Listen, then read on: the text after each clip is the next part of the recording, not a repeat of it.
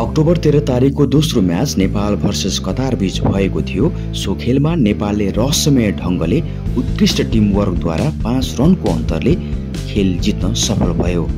Toss जितेर कतारले नेपाललाई batting गर्न पिचमा बोलाएको थियो र नेपालले भने 20 ओभर पुरै खेलेर 9 विकेट्सको क्षतिमा 147 रन बनाउन सकेको थियो, जसमा क्याप्टेन रोहित पौडेलले अर्धशतकीय पारी खेली 41 बलमा 58 रन जोडेका थिए भने दोहोरो रनमा दिपेन्द्र सिंह ऐरीले 26 रन, गुलसन झाले भने 16 रन जोडेका थिए र 148 रनको टार्गेट कतारलाई दिएको थियो।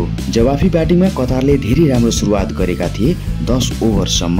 10 ओभर पछाडि बिस्तारै नेपालका बलर्सहरू हावी हुँदै गए र केही महत्त्वपूर्ण रनआउट, स्टम्प, बोल्ड आउट र क्याचबाट कतारलाई जम्नै नदिकिन 19 ओभर 5 बलमा 10 विकेट्स लिँदै 142 मै सीमित बनाए र म्याचलाई रोमाञ्चक र जटिल अवस्थामा जित्न सफल भए नेपाल, जसमा सन्दीप लामेछानेले उत्कृष्ट बोलिङ गरी 5 विकेट्स लिन सफल भएका थिए र उनी प्लेयर अफ द म्याचबाट सम्मानित भए र यसरी नेपालले आफ्नो दोस्रो जित हासिल गरेको छ।